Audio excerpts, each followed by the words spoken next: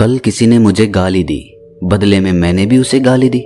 फिर हम एक दूसरे को बहुत भला बुरा कहने लगे। उसके बाद हमारे बीच झगड़ा शुरू हो गया।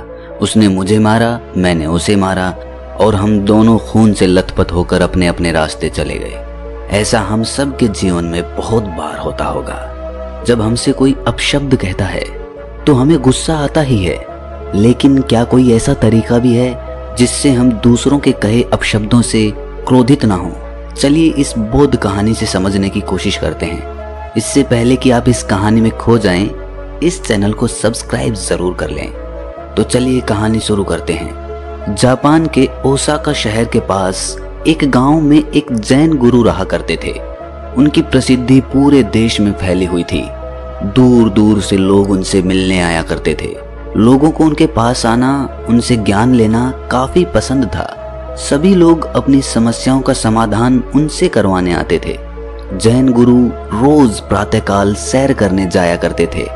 ऐसे ही एक दिन वो सुबह सुबह अपने एक अनुयायी के साथ सैर कर रहे थे कि तभी अचानक कहीं से एक आदमी जैन गुरु के पास आकर उन्हें भला बुरा कहने लगता है, उनका बहुत अपमान करता है। लेकिन उस गुरु ने उस आदमी की किसी भी बात का कोई जवाब नहीं दिया। इसके विपरीत वो उस आदमी की बात सुनकर मुस्कुराने लगे और अनुयायी के साथ आगे बढ़ने लगे। अक्सर लोग अपने विरोधी की जब ऐसी प्रतिक्रिया देखते हैं तो उन्हें और ज्यादा क्रोध आ जाता है। वो उन्हें उकसाने के लिए कुछ भी करते हैं, अपना भरसक प्रयास करते हैं। ऐसा ही उस आदमी ने भी किया। वो और ज्यादा क्रोधित हो गया और उन्हें और अधिक अपशब्द कहने लगा, यहाँ तक कि जैन गुरु के पूर्वजों तक को अपमानित करने लगा। उन्हें खूब भला बुरा कहा, खामियां निकाली, पर इसके बावजूद भी जैन गुरु मुस्कुराते हुए आगे बढ़ते रहे और कुछ भी नहीं कहा। वो आदमी हर संभव प्रयास करता रहा, लेकिन जैन गुरु पर उसका कोई भी प्रभाव नहीं पड़ा। लेकिन उस गुरु के अनुयायी को ये देखकर क्रोध आने लगता है। जैसे ही वो उस आदमी को कुछ कहने के लिए आगे बढ़ता है, जैन गुरु उसे इशारा करके रोक देते हैं। अंत में जैन गुरु पर अपनी बातों का कोई असर न होता देख अंततः वो आदमी निराश होकर चला गया। वो समझ गया था कि ये कुछ नहीं कहने वाले और यही सोचकर वो वापस लौट गया। थोड़ा आगे चलने के बाद उस गुरु के शिष्य ने आश्चर्यचकित होकर पूछा कि हे गुरुदेव, उस आदमी ने आपको इतना भला बुरा कहा, अपशब्द कहे, यहाँ तक कि आपके पूर्वजों तक को नहीं बख्शा, किंतु आपने उसे पलटकर एक भी शब्द नहीं कहा। यदि आपकी जगह मैं होता तो मैं उसे उसी पल मार देता, परंतु आपकी वजह से मैं चुप था। आपने उस दुष्ट की बातों का कोई जवाब क्यों नहीं दिया? उसे जवाब देने की जगह आप मुस्कुराते रहे। क्या आपको उसकी बातों से कोई कष्ट नहीं पहुंचा, दुख नहीं हुआ? मुझे तो उस आदमी को देखकर बेहद क्रोध आया, परंतु आपके कारण मैं चुप रहा। लेकिन आप तो कुछ कहते, आप क्यों चुप थे?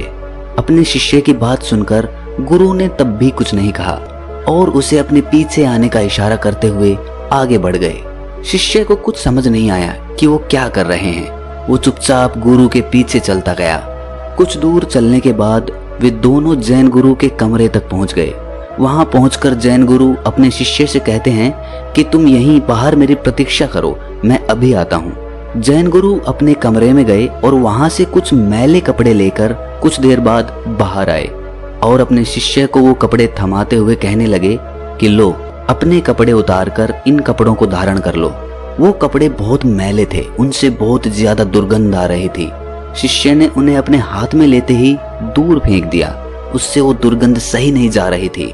जैन गुरु उस शिष्य से कहते हैं कि क्या हुआ, तुम इन मैले कपड़ों को क्यों फेंक रहे हो?